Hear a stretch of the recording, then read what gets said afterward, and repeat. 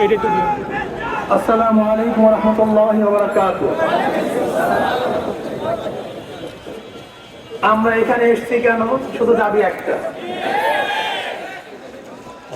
কয়টা দাবি?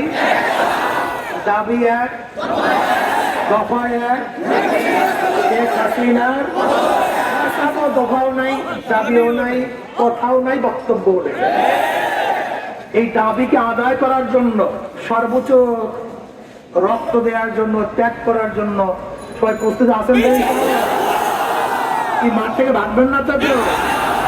তো সবাই কি বলেন, ভাগবেন না? তো যদি রক্ত দিতে হয় রক্ত দেব, জীবন দিতে হয় জীবন দেব, মান দিতে হয় মান দেব, কিন্তু শেখ হাসিনাকে উচ্ছেদ করে ছাড়বে ইনশাআল্লাহ।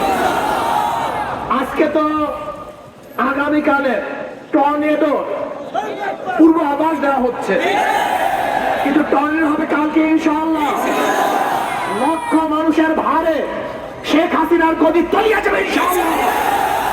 আগামীকাল সমস্ত জনগণ এখানে উপস্থিত হবেন, সবাই এখানে উপস্থিত হবেন। এমন আন্দোলন শুরু হবে, টর্নেডো শুরু হবে, ঝড় শুরু হবে। শেখ হাসিনার নৌকা সাগরে নিমজ্জিত হবে। সবাই কালকে আসবেন। এখন মিছিল শুরু হবে।